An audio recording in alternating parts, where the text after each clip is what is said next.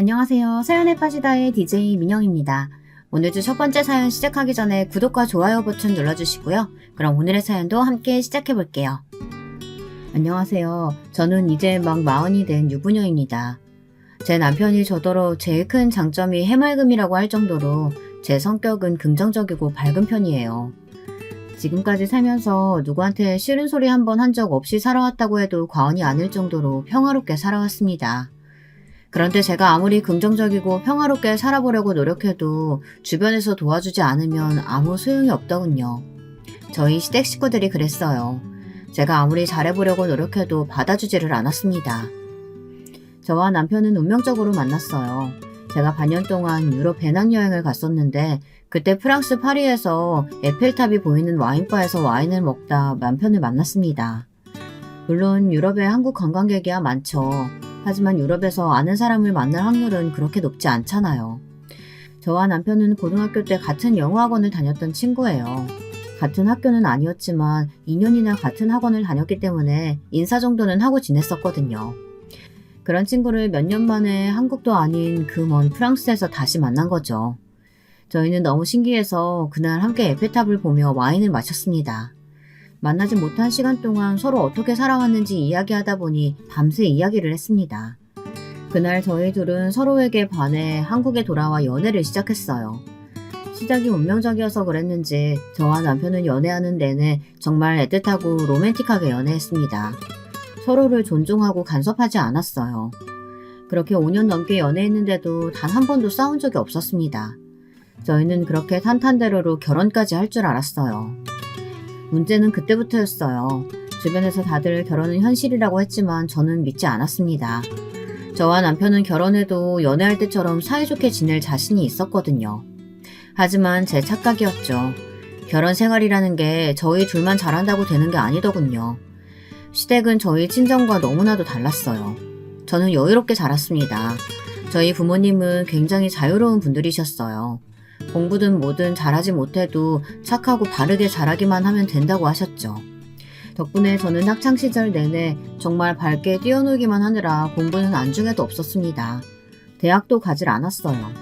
하지만 시댁은 전혀 달랐습니다. 남편이 삼형제 중 장남이었는데 시부모님은 자식들끼리 경쟁을 부추기는 분들이었어요. 잘하는 자식을 더 밀어주고 못하는 자식은 구박을 해서라도 자신들의 기준에 맞추려고 했어요. 남편은 타고난 머리가 좋은 사람이라 학창시절부터 공부를 잘했어요. 고등학교 때 같은 영어학원에 다닐 때 남편 이름이 벽에 붙어있는 걸 봤습니다.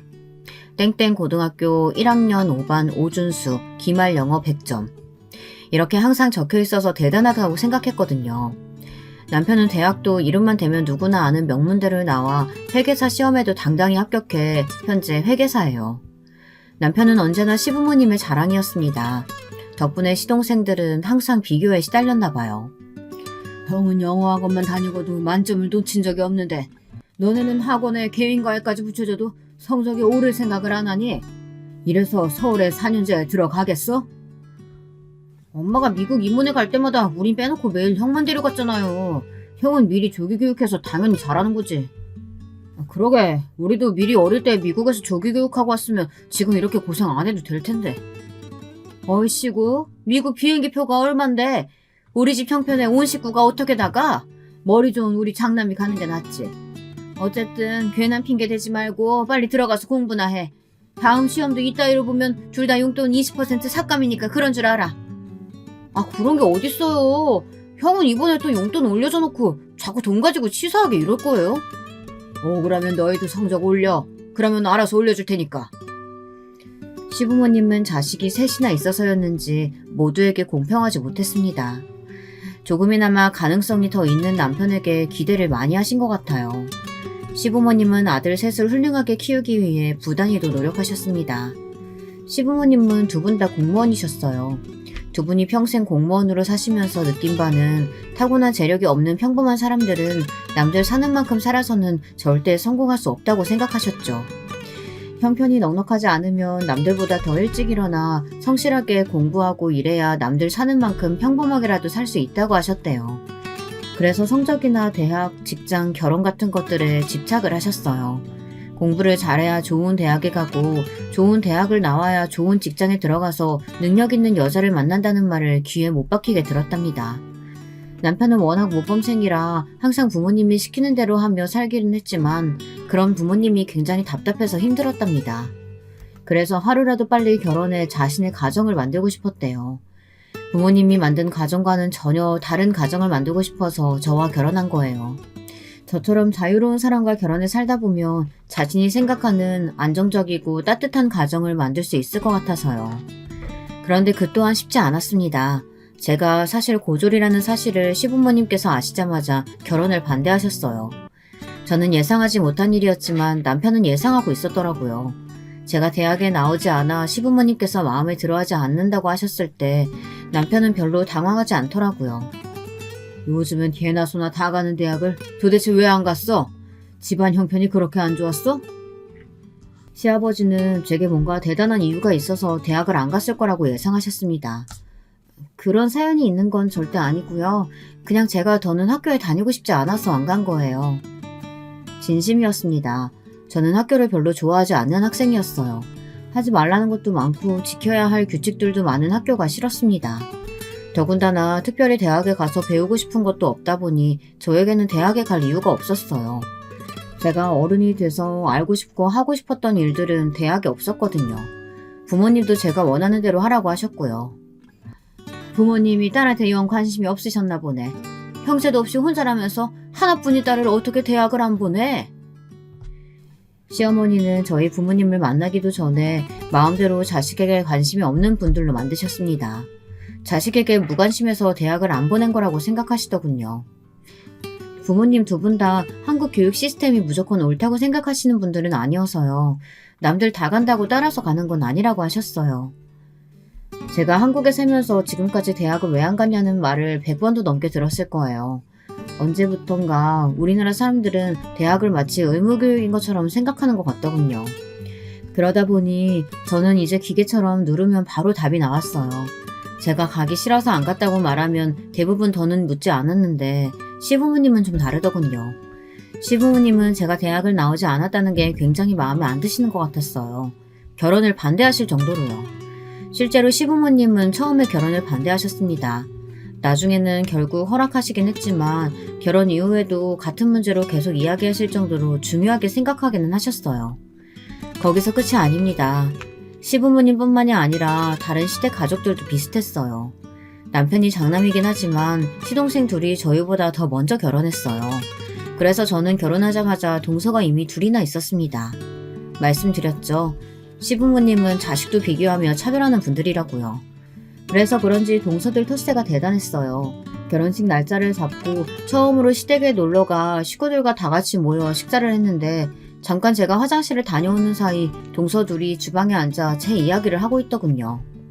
어머님 아버님이 아주 장남이라면 꿈뻑 죽고 자랑만 하시길래 얼마나 대단한 며느리 보시려나 했더니만 고졸의 백화점 판매원이 뭐야. 나 참 진짜 어이가 없어서. 그러니까요. 매일 우리한테 당신들 아들들보다 안 좋은 대학 나왔다고 맨날 구박하시면서 어떻게 고졸 며느리를 다 볼 생각을 하셨대요?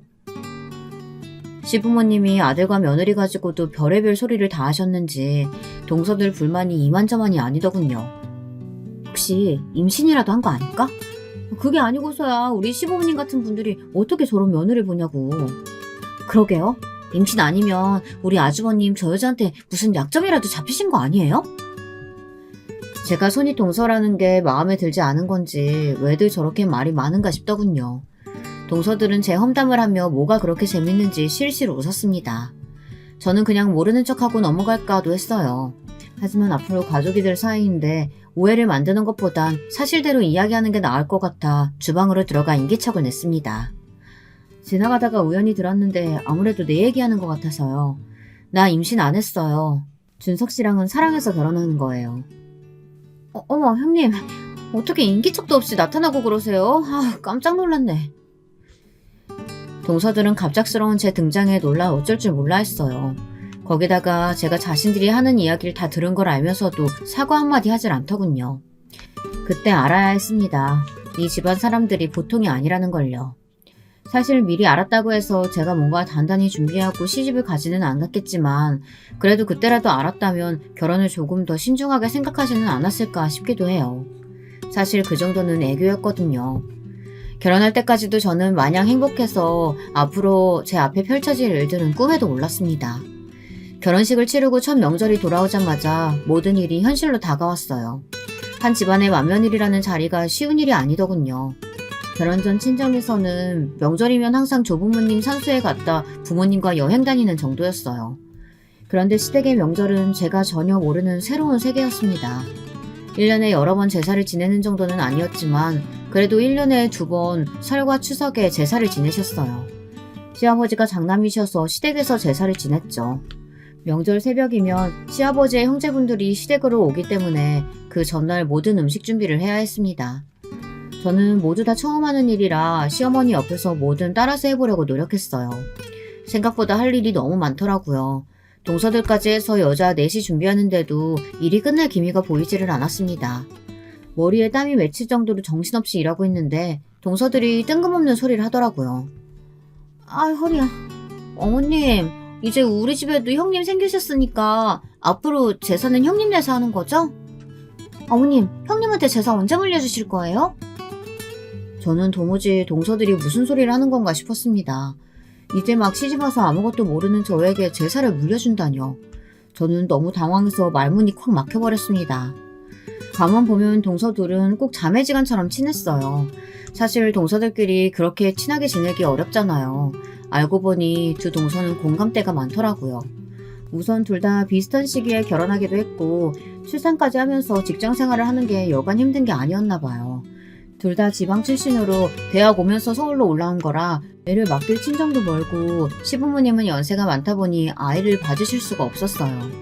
그러다 보니 동서 둘이 서로 육아도 도와주고 살림도 도와주면서 가깝게 지냈나 봐요. 동네도 같은 동네로 걸어서 5분 거리에 살더라고요. 그렇게 서로 자매처럼 지내다가 지금은 아예 둘이 직장을 그만두고 퇴직금으로 같이 가게를 차렸어요. 대학가 근처에서 분식집을 하더라고요. 저는 사실 두 동서 사이가 부러웠어요. 저도 친하게 지내고 싶었죠. 그런데 이미 글러먹은 것 같았습니다. 이제 보니 동서들은 남편이 결혼하기만을 기다렸나 봐요. 장남이 남편이 결혼을 안 해서 맏며느리가 없으니 자신들이 힘들다고 투덜거리며 맏며느리가 들어오면 제사를 넘겨버리려고 했나 보더군요. 아무래도 이대로 가만히 있다가는 제가 괜히 덤터기를 쓸 것 같아 한마디 하려고 했습니다. 이 많은 음식을 제가 혼자 어떻게 준비하냐고요. 그런데 그때였어요. 제가 나서기 전에 시어머니께서 버럭 소리를 지르셨습니다. 정신없이 바빠 죽겠는데 무슨 헛소리들 하는 거야? 큰애가 맏며느리긴 해도 이제 막 시집와서 제사의 제자도 모르는 애한테 하나라도 더 알려주려고는 하지 못할 망정? 넷이 하기도 벅찬 제사를 떠넘기려고 해? 너 지금 새 사람 들어왔다고 텃세 부리니?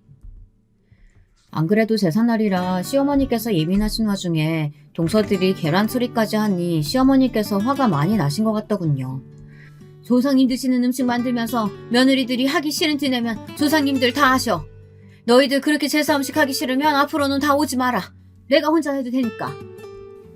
저는 다행이다 싶었습니다. 동서들은 좀 얄미워도 시어머니께서 제 입장을 빨리 해결해 주신 덕분에 제가 굳이 나서서 이야기하지 않아도 되니 다행이더군요.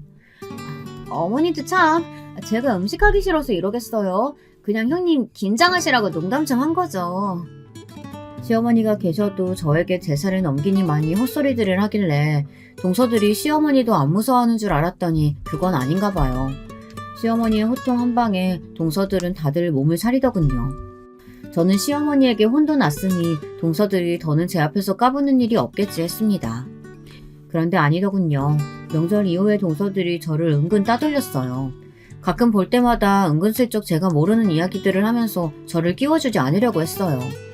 동서들은 저보다 몇 년씩 일찍 결혼해서 아이가 다 하나씩 있었어요. 저도 주변에 결혼하고 아이를 키우는 친구들이 많아서 웬만한 육아에 대해서는 다 알고 있는데 툭하면 동서들은 저는 모르는 이야기라고 하면서 안 끼워주려고 했어요. 시댁에서 밥을 먹고 치울 때도 둘이 따로 나가서 디저트를 먹고 오기도 하고 설거지나 뒷정리도 꼭 둘이서만 하려고 했습니다. 물론 여자들이 있는 곳은 어디나 텃세가 존재하니 처음엔 저도 그러려니 했어요. 시간이 흐르면 자연스레 괜찮아지겠지 싶어서요. 그런데 동서들의 행동은 단순히 텃세라고 하기는 항상 도가 지나쳤어요. 첫째 동서 아이가 5살이라 말을 굉장히 잘해요. 벌써 한글 공부도 하고 있어서 눈에 보이는 글씨를 다 읽습니다. 하루는 시댁에 모여 다 같이 과일을 먹고 있었는데 텔레비전에 수능날이라며 교실에서 수능을 보고 나오는 학생들의 장면이 나왔습니다. 그 장면을 보고 조카가 저 시험이 무슨 시험이길래 텔레비전에도 나오냐고 신기했습니다. 많이 어려운 시험이냐면서요. 그럼 저 시험을 잘 봐야 좋은 대학 나와서 좋은 직장에 다니는 거야. 큰아빠가 저 시험 엄청 잘 봐서 우리나라에서 제일 좋은 대학에 들어갔잖아. 우리 손주, 머리는 너희 아빠 엄마보다 큰아빠를 닮아야 돼. 그래야 공부 잘해서 좋은 대학 가고 훌륭한 사람 되지. 시어머니는 언제나 공부 이야기만 나오면 남편 자랑은 하느라 바쁘셨습니다. 옆에는 저마저 민망할 정도로 큰아들 바라기셨습니다. 그럴 때마다 시동생들은 또 시작이다 라는 식의 반응이었어요.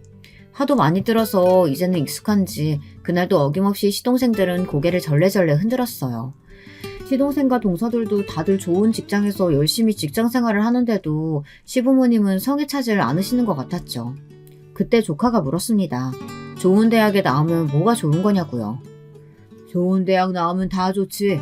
봐라, 큰아빠가 좋은 대학 나와서 공부도 잘하니까 돈 잘 버는 회계사 시험도 한 번에 붙었잖아. 시아버지의 말에 조카가 대단하며 엄지손가락을 축혀 세웠습니다. 남편은 쑥스러운지 시부모님께 이제 그만하시라고 했어요. 그런데 그때 동서가 시부모님 말에 좀 기분이 상했는지 굳이 안 해도 될 말을 하더군요. 괜히 제게 시비를 걸면서까지요. 그래, 큰아빠는 공부도 잘하고 좋은 대학 나와서 훌륭한 분이야. 그래서 결혼은 자신보다 조금 부족해도 사람 마음씨만 보고 결혼했다니까. 큰아빠 완전 멋지지? 이건 뭐 먹이사슬이 따로 없었습니다. 저희 시댁 분위기가 항상 이랬어요. 시부모님의 일방적인 남편 사랑이 시동생들이나 동서들의 시샘과 질투로 저에게 날아왔어요. 동서들이 보기엔 제가 만만했나 봐요. 시댁에서 왕자님이나 다름없는 남편 때문에 받은 스트레스를 다 저에게 푸는 것 같더군요. 제가 이런 이야기를 남편에게 하면 자신이 시부모님께 이야기하겠다고 했지만 사실 소용없었어요. 시부모님의 마음속에 1등은 언제나 남편이었으니까요. 한 번은 그런 적도 있었어요. 연휴 때 시아버지께서 갑자기 허리가 부러지셔서 응급실에 가셨습니다. 워낙 심각한 환자가 많은 응급실이다 보니 시아버지는 응급조치만 받고 계속 기다리셔야 했어요. 그때 시아버지의 연락을 받고 남편이 곧바로 수술이 가능한 병원에 모시고 갔습니다. 남편이 병원 회계 쪽을 담당하다 보니 아는 의사들이 많거든요. 그 일로 시부모님의 남편 사랑은 더 커져버렸습니다. 거의 무한 신뢰였어요. 이래서 사람이 능력이 있어야 돼. 봐라, 그 많은 사람이 응급실에서 아무것도 못하고 다 기다리고 있는데 나만 우리 아들 덕분에 1시간도 안 돼서 수술 딱 받았잖아. 자식 많고 며느리 많으면 뭘 해. 우리 큰아들이 있으면 무적인데. 거 봐요. 이게 다 누구 덕이야. 내가 어려서부터 일찍이 우리 큰아들 재능을 알아봐가지고 밀어준 덕분에 이렇게 훌륭하게 자란 거 아니에요? 그냥 평소 잘 아는 분이 마침 근처 병원 하시니까 부탁한 거죠. 뭐 그래도 수술 잘 끝나서 다행이에요. 둘째, 막내, 너희는 뭘 그렇게 뚱하니 앉아있어? 형한테 고생했다고 고맙다고 인사를 해야지. 아무리 장남이라도 자식이 셋이나 있는데 혼자 자식 노릇하느라 얼마나 힘들겠어? 시동생들은 하도 들어서 이제는 아예 면역이 생겨서 신경도 안 쓰는데 동서들이 기분이 나쁜지 씩씩거리더군요. 저는 이해가 됐어요. 제가 보기에도 시부모님이 너무하시다 싶었거든요. 그런데 그때였어요. 동서들이 뒤틀린 심기를 또 이상하게 드러내더군요. 어머님, 아버님이 이렇게 이뻐하시는 아주버님이 빨리 손주를 낳아드려야 할 텐데 두 분 다 나이가 있어서 큰일이네요. 형님하고 아주버님 병원은 가보셨어요? 아무 문제 없으시대요? 아무리 시부모님이 남편만 예뻐해서 세미나도 그렇지 이제는 하다하다 나이 공격까지 하더군요. 그럼 우리 둘 다 결혼 전에 병원 가서 산전검사 다 받았는데 둘 다 건강하대. 둘 다 아이 낳고 싶어 하니까 아마 금방 생길 거야. 저는 동서들의 도발에 일일이 대꾸하고 싶지 않았지만 그래도 제 생각을 이야기하고 싶었습니다. 저도 아이를 낳고 싶은 건 사실이니까요. 우리 큰형님 너무 해맑으시다. 요즘 뉴스도 안 보세요? 여자 나이 35 넘으면 노산이에요. 지금도 노산이 훌쩍 지난 건데 뭘 믿고 그렇게 태평하시대? 재수 씨들이 우리 일에 이렇게 관심이 많은 줄 몰랐네요. 우리 일은 우리 부부가 알아서 할 테니까 걱정 마세요. 남편이 나서서 이야기하니 동서들도 금방 입을 다물었습니다. 거기서 한마디 더 해봐야 시부모님에게 호통이나 들을 테니까요. 그리고 얼마 뒤 제가 일하는 구두 매장에 동서들이 놀러왔어요. 저는 둘이 쇼핑 나왔다가 들렀나 보다 싶어 반갑게 아는 척을 했습니다. 그런데 동서들은 뭔가 떨떠름한 표정으로 매장을 들어오더라고요. 제가 원래 이런 중저가 신발은 잘 안 신는데 형님이 여기서 일하신다고 하니까 도저히 그냥 지나쳐서 다른 매장에 갈 수가 있어야죠. 저는 동서가 하는 말에 어이가 없어 다른 매장에 가서 사도 된다고 했습니다. 제가 동서들한테 구두 한 켤레 더 판다고 부자가 되는 것도 아니니까요. 그런데 더 기가 막혔던 건 동서들의 태도였습니다. 진열장에 전시된 구두를 이것저것 마구 만지더니 하나씩 거의 다 신어봤어요. 그러더니만 저더러 10켤레 정도나 되는 구두의 사이즈를 가져다 달라고 하더군요. 저는 동서들의 행동에 기분이 상했지만 애써 손님이라고 생각하고 대했습니다. 저도 10년 넘게 서비스직을 하면서 별의별 손님을 다 상대했으니까요. 동서들이 말한 구두를 다 찾아다가 주었는데 버젓이 발을 내밀더군요. 저더러 신겨달라는 거였습니다. 제가 허리가 안 좋아서 잘 못 구부려요. 형님이 전문가니까 좀 알아서 신겨주세요. 동서들은 둘 다 소파에 앉아서 수다를 떨며 발만 내밀었습니다. 저더러 다 신겨달라는 거였어요. 다른 매장은 커피도 주고 쿠키도 주고 하던데 형님네는 중저가라 그런 서비스도 없나 봐요? 동서들은 작정하고 온 거였어요. 저를 가지고 놀려고요. 저도 점점 화가 나서 더는 받아줄 생각이 없었습니다. 우리 매장은 VIP 고객들한테만 서비스해. 왜? 구두 살 돈은 있고 커피 마실 돈은 없어? 내가 커피 사다 줘? 어머, 형님 말 되게 이상하게 하신다. 저희가 설마 그럴 돈이 없어서 이러겠어요? 이래서 형님네 브랜드가 아직 중저가를 못 벗어나는 거예요. 서비스가 좋아야 고객들이 알아서 찾아오는 거지. 동서들, 다른 매장에 가서도 이러는 거 아니지? 내가 걱정돼서 하는 말인데 다른 데 가서는 이러지 마. 나야 가족이니까 참아주는 거지. 다른 데 가서 이러면 동서들 안전요원한테 쫓겨나. 저도 참다 한마디 했습니다. 이건 구두를 사러 온 게 아니라 분명 저를 괴롭히러 온 게 분명하니까요. 그 말에 첫째 동서가 소파에서 벌떡 일어나더니 제 팔을 잡더군요. 형님도 누가 보면 저희가 형님 매장에 진상이라도 떨러 온 줄 알겠어요? 제가 다른 명품 구두 매장 다 놔두고 형님네 구두 팔아주겠다고 동서까지 데리고 여기 왔는데 그거 좀 도와주는 게 그렇게 귀찮으세요? 그래서 무슨 서비스직을 한다 그래요. 이래서 직원은 확보해보고 뽑아야 한다니까. 대학도 못 갈 정도로 공부도 안 했으니 무슨 일에 대한 열정이 있겠어? 동서는 자기가 뭐라도 되는 줄 아는지 선을 단번에 넘어버리더군요. 저는 도저히 들을 수가 없었습니다. 동서, 지금 말 다 했어? 동서가 나에 대해 뭘 안다고 함부로 짓거려? 저는 순간 이성을 잃고 동서 머리끄댕이를 잡으려고 달려들었습니다. 그때 막내 동서가 지금 뭐 하는 거냐며 저를 말리지 않았다면 저는 정말 동서 머리를 잡고 마구 흔들었을 거예요. 그날 이후 저와 동서들 사이는 아예 틀어졌습니다. 처음에는 저도 손윗사람으로서 어떻게든 잘 지내보려고 했어요. 시부모님이 좀 유난하게 남편을 대하시고 시동생들을 차별하더라도 그러려니 하고 자식들끼리는 잘 지내야 하지 않나 싶어서요. 그런데 동서들은 절대 그럴 생각이 없어 보였습니다. 어느 날이었어요. 시아버지가 허리 수술을 하신 이후 갑자기 경과가 안 좋아지셔서 병원에 꽤 오래 계셨습니다. 거의 한 달을 계셨어요. 시어머니가 시아버지 간호하느라 계속 병원에 계시다 보니 이것저것 챙겨야 할 일이 많았죠. 필요한 것들이 있으면 병원에 가져다 드려야 했고 병원에서 쓰시던 물건들을 받아와 정리하는 일도 있었습니다. 거기다가 집도 오래 비우다 보니 집안 청소나 냉장고 정리를 해달라고 하셨어요. 크게 힘든 일도 아니니 굳이 동서들이나 시동생들에게 이야기하지 않고 제가 알아서 했습니다. 그리고 갑자기 길어진 병원 생활에 시어머니도 많이 힘들어하셔서 남편이 쉴 때면 교대해서 병원에 들어가 있기도 했어요. 저는 길어봐야 한 달이니 우리가 알아서 하면 되겠지 싶었는데 남편은 은근 저에게 미안했나 봐요. 앞으로는 시동생들에게 이야기할 테니 저더러 병원에 오지 않아도 된다고 했습니다. 각자 다 일로 바쁜데 형제들끼리 알아서 하겠다고요. 저는 괜찮다고 했지만 남편은 자신이 아무리 장남이라고 해도 무조건 저희가 알아서 해야 할 일은 아닌 것 같다고 했습니다. 자식이 셋이나 있는데 번갈아 가면서 할 수도 있는 거라고요. 듣고 보니 저도 남편 말이 맞는 것 같았습니다. 일이 어렵고 귀찮아서가 아니라 시부모님 연세도 이제 있으시니 이런 일이 계속 있을 거예요. 이제 시작이겠죠.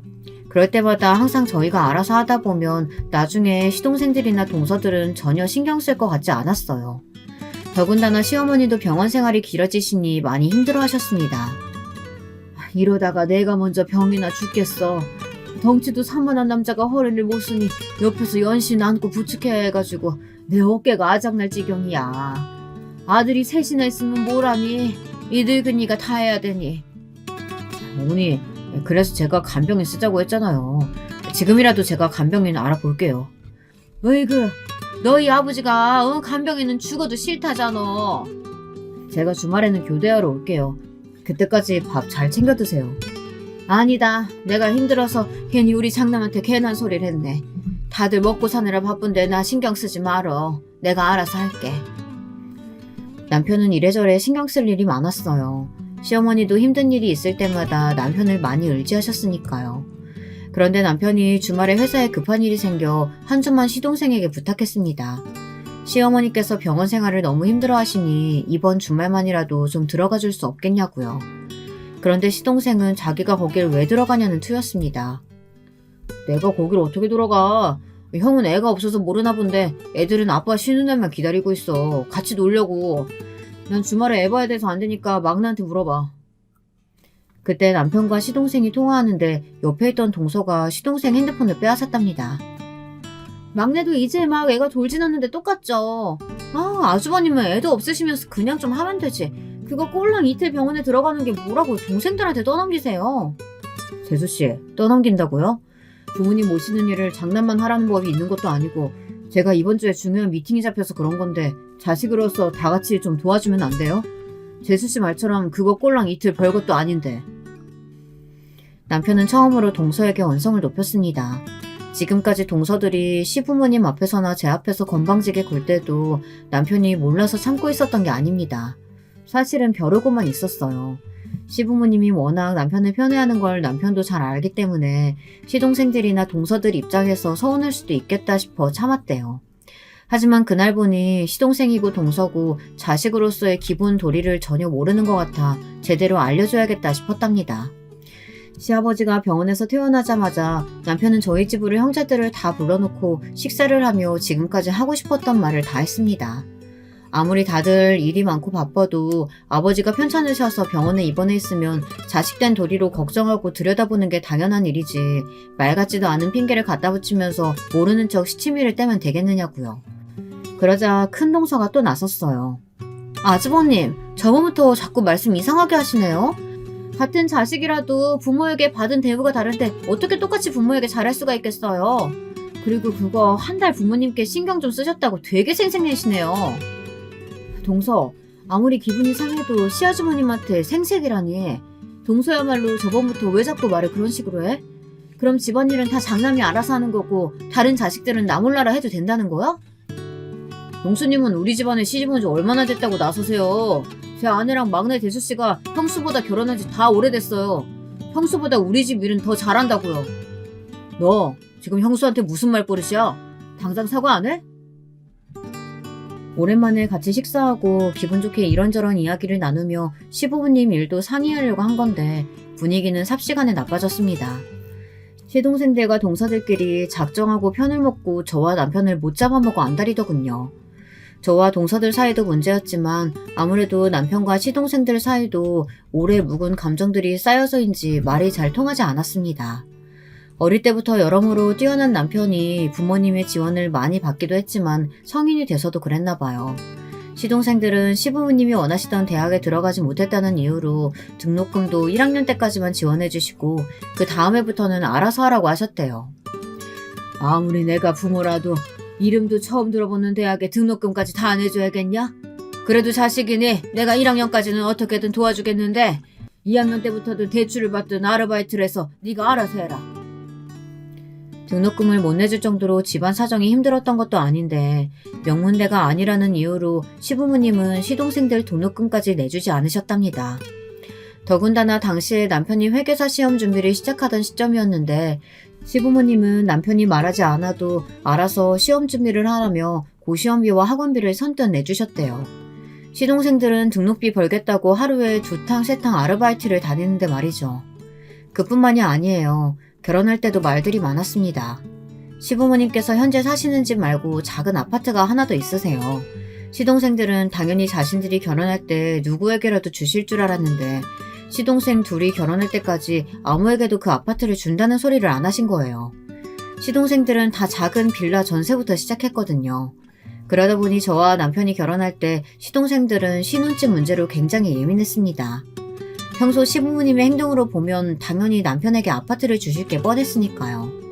시동생들은 저희가 있는 앞에서도 대놓고 말했어요. 설마 우리 아파트 형 주려는 거 아니죠? 나랑 둘째 형이랑 둘 다 결혼하고 애까지 있는데도 전세 사는데 형만 아파트 주면 나 진짜 가만히 안 있을 거예요. 이 녀석 말하는 것 좀 봐. 네가 가만히 안 있으면 어떻게 할 건데? 부모한테 따지기라도 하겠다는 거야? 시동생 말에 시어머니는 괘씸해하셨습니다. 어떻게 하긴 앞으로 자식 노릇은 형한테만 하라고 할 거야. 나랑 둘째 형은 어머니 아버지 일에 일절 상관 안 할 거라고. 시아버지께서 시동생들에게 쓸데없는 소리 한다며 호통치시는 바람에 막내 시기 어린 투정으로 대충 넘겼지만 저와 남편은 대충 넘길 수가 없었습니다. 왜냐하면 시부모님께서 정말 그 아파트를 저희에게 주실 생각이었거든요.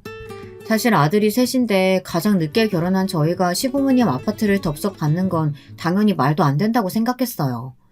그래서 저와 남편은 시부모님께 손을 벌리지 않고 저희 둘이 알아서 신혼집을 구했습니다. 집안에 괜한 분란을 만들고 싶지 않아서요.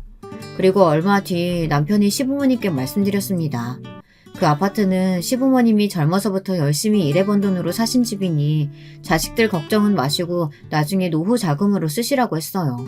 아니면 저희는 정말 괜찮으니 시동생들에게 나눠주셔도 된다고 했죠. 시부모님은 끝까지 장남인 저희에게 주시려고 했지만 저희는 끝까지 받지 않았습니다. 그래서 결국엔 나중에 그 아파트가 팔리면 똑같이 셋이 나눠준다고 하셨던 것 같더라고요. 이런 상황에서 남편이 시부모님에게 편애를 좀 받는다고 해서 뭔가 저희가 장남으로서 대단히 많은 혜택이라도 누리기라도 한 것처럼 시동생들이 몰아가니 슬슬 듣기 거슬리더군요. 그날 이후 형제들 간의 사이가 확실히 달라졌습니다. 그전에도 사이가 좋은 건 아니었지만 확실히 어색해졌어요. 그러던 와중에 저희 부부에게 좋은 일이 생겼습니다. 제게도 아이가 생겼어요. 사실 결혼하고 나서부터 아이를 가지려고 많이 노력했는데 잘 생기지 않아 마음 졸이고 있었거든요. 결혼한 지 딱 1년이 지났을 무렵 자연스레 아이가 저희에게 찾아왔습니다. 시부모님은 너무도 좋아하셨어요. 둘 다 나이가 있어서 좀 걸릴 줄 알았는데 그래도 40 전에 생겨서 다행이라고 하셨죠. 힘들게 생긴 만큼 몸조심해야 한다고 걱정이 많으셨어요. 다들 축하하는 와중에도 동서들은 임신한 저를 볼 때마다 한 소리씩들 했습니다. 형님만 보면 한숨이 절로 나오네요. 저도 한창 때인 20대 때 낳고 키웠는데도 힘들어서 둘째는 꿈도 못 꾸는데 형님은 이제 생겨서 도대체 언제 다 키운대요? 그러게요. 애 학교 들어가서 한참 사춘기 때 형님 나이 50이라니. 아이 친구들이 엄마가 아니라 할머니라고 놀리면 어떡해요? 동서들은 도대체 뭐가 재밌는지 자기들끼리 깔깔거리며 웃었습니다. 저는 이제 이 정도로는 화도 나지 않았어요. 제가 나이가 많은 것도 사실이고 애가 학교 갈 정도로 크면 제가 50대인 건 사실이니까요. 더군다나 병원에 갈 때마다 의사 선생님에게 듣는 소리가 노산이라는 말이었어요. 산모가 나이가 많으니 걱정할 게 한두 개가 아니더라고요. 저는 임신한 지 2달도 채 되지 않아 회사를 그만둬야 했습니다. 제가 백화점에서 일하다 보니 서서 일하는 시간이 많아요. 저는 매일 하는 일이니 힘든 줄도 모르고 했는데 뱃속 아기는 힘들었나 보더군요. 살짝 하혈해서 병원에 갔더니 유산기가 있다고 당분간 안정을 취해야 한다고 했어요. 20년 가까이 해온 일을 그만두려고 하니 마음이 서운하고 속상했어요. 하지만 제 뱃속에 생긴 아이를 위해서라면 포기해야 했습니다. 저는 일을 그만두고 정말 집에만 있었어요. 지금은 뱃속의 아이를 지키는 일이 가장 중요하니까요. 언제 아이가 커서 배 밖으로 나올까 싶었는데 그래도 시간은 흐르긴 흐르더군요. 저는 아이를 낳고 전보다 훨씬 안정적으로 변했습니다. 남들은 아이를 낳으면 잠도 못 자고 먹지도 못해서 너무 힘들다는데 저는 오히려 아이가 뭐래도 다 이쁘고 온 세상이 다 아름답게만 보이더라고요.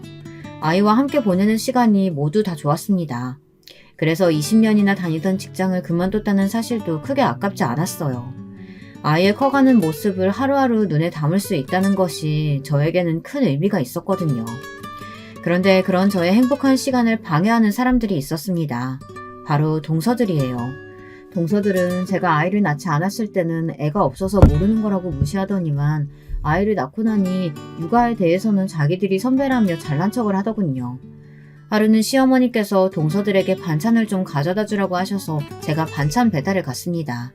시어머니가 한 번씩 반찬을 하시면 며느리들에게 와서 가져가라고 연락을 하시는데 동서들이 매번 바쁘다면서 가지러 오질 않나 보더군요. 제가 반찬을 가지러 가면 시어머니께서 큰 동서랑 막내 동서가 한 동네에 사니 운전을 하는 저에게 좀 가져다 주라고 하셨어요. 어머니께서 매번 우리 주려고 힘들게 반찬하시는데 동서들이 바쁘면 남편들이라도 시켜서 좀 가져오라고 해. 내가 매번 가져다 줄 수는 없잖아. 저도 동서들이 예쁘면 반찬 가져다 주는 게 뭐 힘든 일이겠어요. 동서들이 저를 형님 취급도 안 하고 매번 무시하니 저도 잘해주고 싶지가 않았죠. 형님이랑 아주버님은 아주 천생연분이네요. 누가 가져다 달라고 하지도 않았는데 멋대로 가져다 주시곤 생색내는 거 보면. 어머니 반찬 저희는 필요 없어요. 집에서 밥 해먹을 시간도 없이 바쁜데 그 많은 반찬을 어떻게 먹어요? 집에서 편하게 놀고 먹는 형님이나 저희 것까지 다 가져다 드세요. 동서, 지금 나더러 편하게 놀고 먹는다고? 동서도 애 케어 받으면서 나더러 어떻게 그런 말을 해? 웬만해서는 동서들 말에 휘둘리려고 하지 않았는데 막내 동서 말에는 너무 기분이 상해 도저히 가만히 있을 수가 없더군요. 그런데 그때 동서네 집 초인종이 울렸어요. 큰 동서 조카가 어린이집에서 돌아올 시간이 됐는지 버스에서 내려서 1층 초인종을 눌러나 보더군요. 저는 사실 놀랐어요. 이제 7살밖에 안 된 조카가 어린이집 버스에서 내려서 혼자 엘리베이터를 타고 올라오나 보더군요. 저는 화가 나는 것도 잠시 어린 조카가 걱정돼서 동서에게 물었습니다. 아무리 잠깐이라도 위험하게 혼자 올라오라고 해도 돼? 난 걱정돼서 내려가 봐야 할 것 같은데. 제 말에 동서들은 저더러 육아의 육자도 모르면서 아는 척한다며 휘죽거리며 웃었습니다. 동서는 뉴스도 안 봐? 요즘 별의별 사고가 다 있는데 1층에 내려가는 게 어려운 일도 아니고 내려가서 데려오면 되지 그게 뭐 어렵다고 그래. 와, 저는 다음 생에 태어나면 형님으로 태어나겠어요. 형님은 아주버님이 능력자라 결혼하고 애 낳고도 일 안 해도 되니까 그런 태평한 소리가 나오는 거예요. 저희처럼 애 키우랴 돈 벌랴 정신없이 살아봐요. 그런 해맑은 소리가 나오나. 동서는 제가 생각한 것보다 훨씬 개념이 없더군요. 제가 살기 편해서 뭘 모르는 소리를 하는 거라네요. 그러던 어느 날이었어요. 제가 일이 있어서 시댁에 아이를 맡기기로 해 시댁에 들렸습니다. 제가 시댁에 아이 맡기는 일이 처음이다 보니 저는 며칠 전부터 시어머니에게 미리 연락을 해뒀어요. 다행히 시부모님께서 흔쾌히 봐주신다고 해서 저는 가벼운 마음으로 갔습니다. 그런데 생각지도 못한 일이 벌어졌어요. 시댁에 갔더니 웬일로 동서들이 와 있더군요. 시어머니가 그렇게 오라고 해도 시댁에 코빼기도 안 보이던 사람들이 웬일인가 싶었죠. 더군다나 둘 다 가게에 나갔을 시간인데 무슨 일인가 했습니다. 그런데 어쩐지 분위기가 이상했습니다. 시어머니도 평소와 달리 표정이 어두웠어요. 형님, 오늘 어머님한테 애 맡기기로 하셨어요? 막내 동서가 뜬금없이 제게 시댁에 애를 맡기기로 했냐고 쌀쌀맞게 쏘아붙이더군요. 저는 동서 말투에 이미 기분이 상해서 그렇다고 왜 그러냐고 했습니다. 집에서 노는 형님이 무슨 중요한 일이 있다고 애를 맡겨요. 오늘 가게에 단체 손님이 있어서 우리 애하고 동서애 맡기려고 했는데 어머님이 형님의 봐주기로 하셨다잖아요. 이제 보니 동서들이 시어머니에게 애를 맡기러 왔는데 시어머님이 우리 애를 봐주신다고 하니 아주 심사가 뒤틀린 거였어요. 저도 웬만하면 좋게 말해주고 싶었지만 동서 둘이 항상 편먹고 싸가지 없이 구는데 저도 이제 질려버렸습니다. 좋게 받아주고 싶지도 않았어요. 단체 손님이 있었으면 미리 애 봐줄 사람을 구했어야지. 나도 오늘은 면접 보러 가야 해서 며칠 전부터 어머니께 부탁드려 놓은 거라 안 돼. 동서들이 다른 데 알아봐. 저는 뒤도 안 돌아보고 나올 생각이었습니다. 시어머니도 상황이 상황인지라 곤란하신 듯 보였지만 제 코가 석자라 어쩔 수 없었어요. 그때였습니다. 원체 싹바가지 없는 거로 대단한 동서가 가만히 있을 리 없었죠. 시댁을 나서려는 제 앞을 가로막더군요. 와, 형님, 정신 차려요. 형님 주제에 저 어린애 놔두고 지금 어딜 간다고요? 면접이요? 어느 회사에서 미쳤다고 고조를 뽑아요? 동서는 이제 시어머니가 옆에 계셔도 아랑곳하지 않고 선을 넘더군요. 형님이 다 늙어서 집에서 혼자 애 키우시더니 아무래도 육아 우울증이라도 오셨나봐요. 그게 아니면 아주버님이 일이 잘 안 풀리시나? 갑자기 무슨 면접을 보겠다고. 왜요? 백화점에서 주부사원이라도 뽑는데요? 동서들은 신이 나서 깔깔거렸습니다. 저는 어이가 없더군요.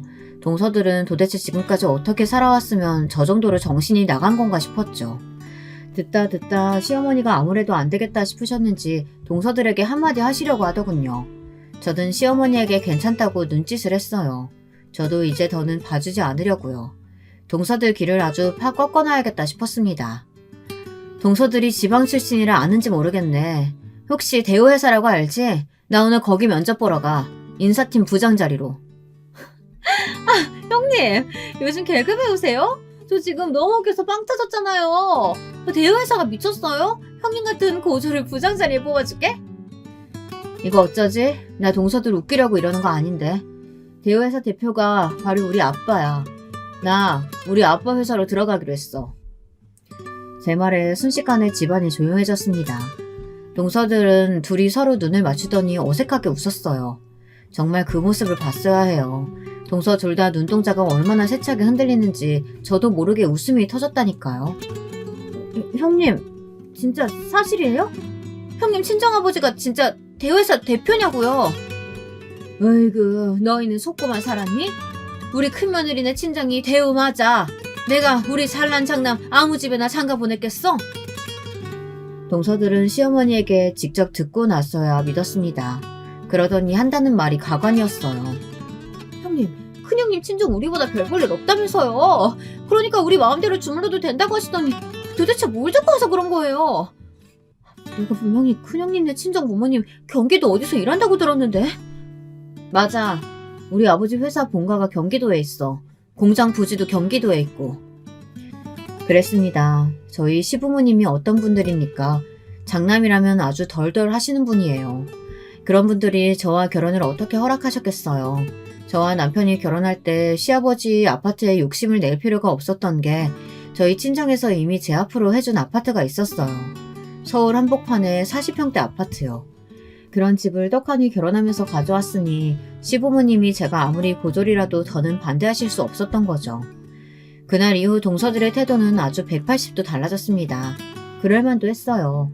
사실 시동생 둘 다 다니는 직장이 저희 친정아버지 회사와 같은 계열이에요. 전에 남편에게 들었는데 작은 시동생은 저희 아버지 회사에 면접을 본 적도 있는데 떨어졌다고 하더라고요. 형님, 우리 귀여운 조카 이제 이유식 먹기 시작했다면서요? 이유식 만들기 너무 힘드시죠? 제가 동서랑 이유식 만들어 왔어요. 이거 먹고 우리 조카가 좋아하면 앞으로 저희가 이유식은 싹 다 책임질게요. 저는 기가 막혀서 갑자기 왜 이러냐고 했습니다. 사실 그 속을 안 봐도 뻔하니까요. 가족 좋다는 게 뭐예요? 아기랑 둘이 힘드실 텐데 저희가 이 정도는 할 수 있죠. 그래서 말인데요. 우리 신랑 지금 직장 너무 힘들어서 옮기고 싶어 하는데 형님이 자리 좀 알아봐 주실 수 있어요? 뭘씨고? 동서 뭐 하는 거야? 찬물도 위아래가 있는 거지. 우리 신랑 먼저 이야기하기로 했잖아. 먹고 사는데 위아래가 어딨어요, 형님. 우리 신랑은 자격증도 엄청 많아요. 거기다가 저희 신랑이 더 젊잖아요. 동서들은 둘 다 제 앞에서 개그를 하려고 작정을 하고 왔는지 둘이 아주 꽁트를 하고 있더군요. 저는 어이가 없어서 고개를 절레절레 저었습니다. 저를 괴롭힐 때는 둘이 아주 죽이 척척 맞더니만 남편 취직자리 앞에서는 어쩜 저렇게 간사한지 모르겠어요. 이유야 어찌됐든 그날 이후 저는 너무 편해졌습니다. 제가 아버지에게 시동생들 자리를 좀 부탁해보겠다고 했거든요. 동서들은 정말 제 어깨만 안 주물렀지 얼마나 잘하는지 몰라요. 남편이 동서들이 제게 잘하는 모습을 보고 이럴 줄 알았으면 진작 장인어른 회사를 알려줄 걸 그랬다며 재밌어 하더군요. 시동생들이 저희 아버지 회사에 입사를 해서 저에게 고마워한다고 해도 지금까지 서로 헐뜯으며 미워하며 보낸 시간이 사라지는 건 아니지만 그래도 전보다는 나아지지 않을까 작은 기대를 하고 있습니다. 물론 이유식이나 만들어주고 아양이나 떤다고 해서 동서들이 저에게 버릇없이 군 게 다 용서가 되는 건 아니지만요. 그래도 앞으로 가족들끼리 조금 더 화목해진다면 그거로 만족하려고 합니다. 지금까지 저의 긴긴 이야기 끝까지 들어주셔서 감사해요. 여러분의 가정에도 우여곡절이 있다면 좋은 방향으로 해결되시길 바라겠습니다.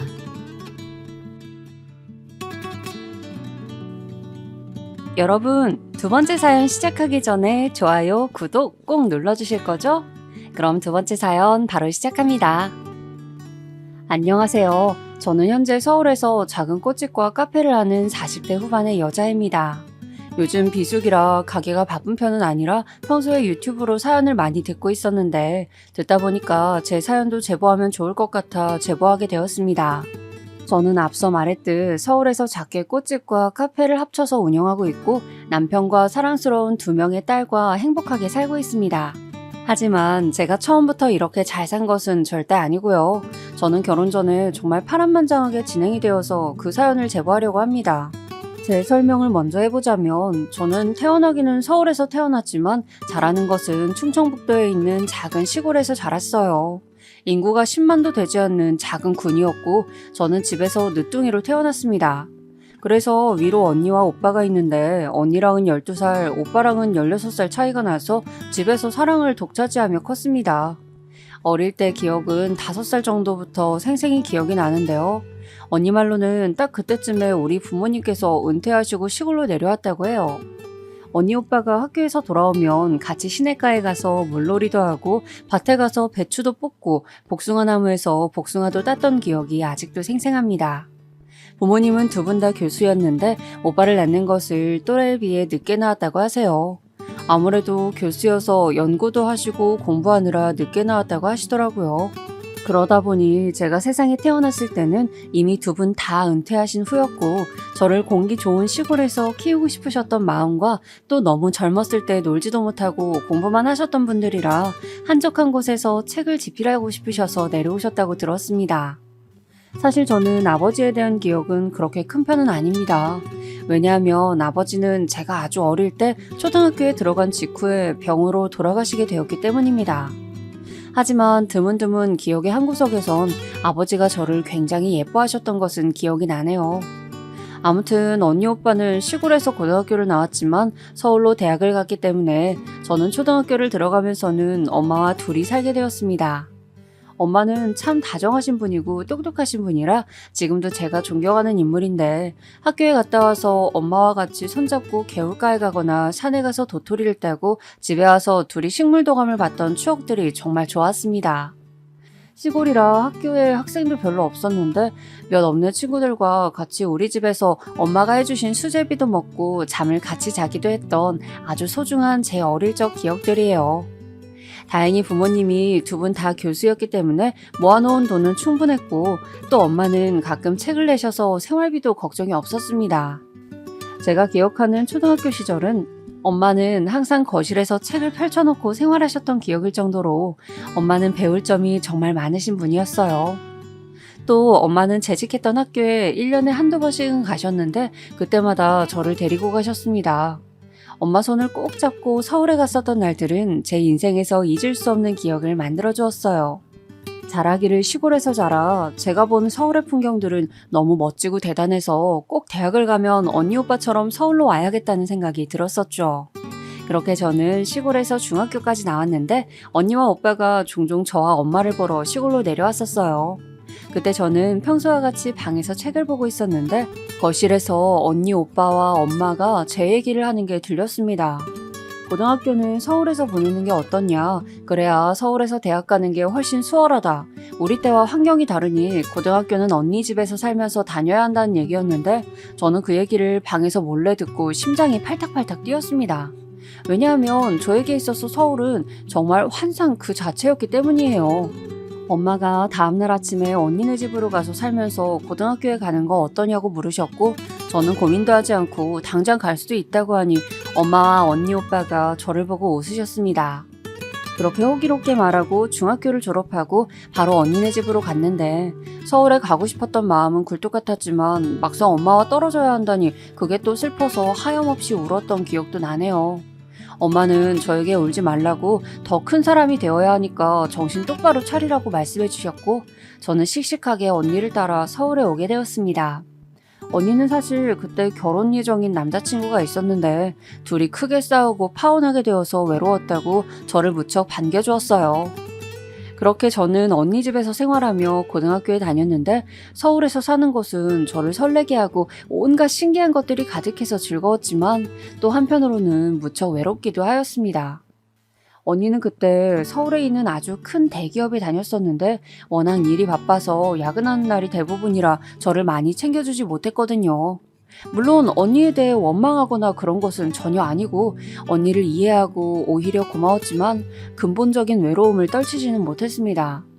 그런 감정은 엄마도 똑같았는지 제가 서울로 고등학교에 가자 엄마는 작게 게스트하우스를 하시게 되셨어요.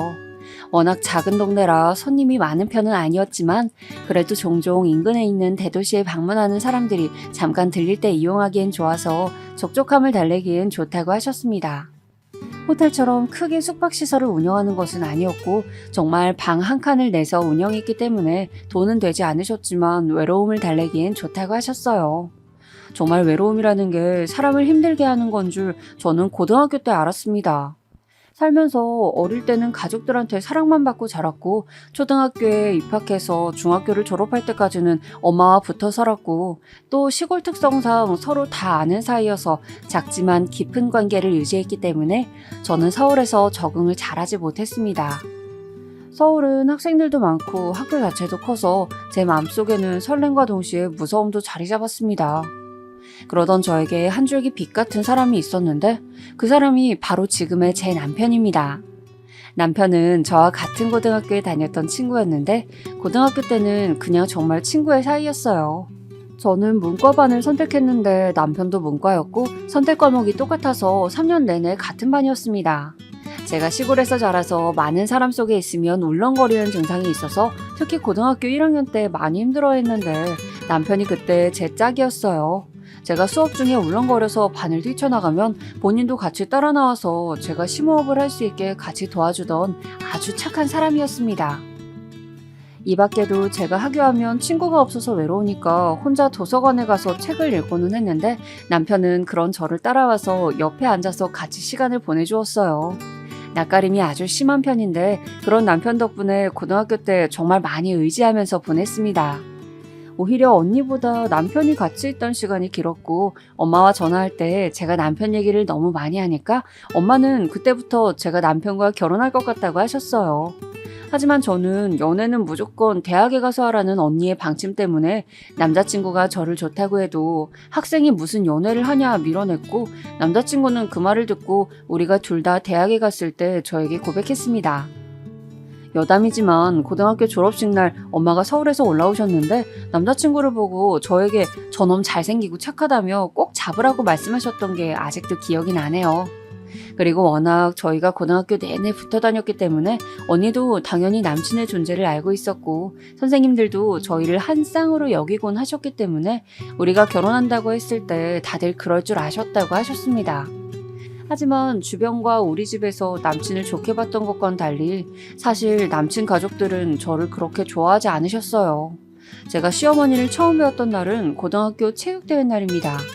그때 어떤 아주머니가 저에게 다가와서 네가 은영이니? 물어보셨고 저는 그렇다고 얘기하니까 현철이가 집에서 요즘 얘기를 많이 한다고 하셔서 그때 이분이 내 짝의 어머니라는 생각이 들었었죠.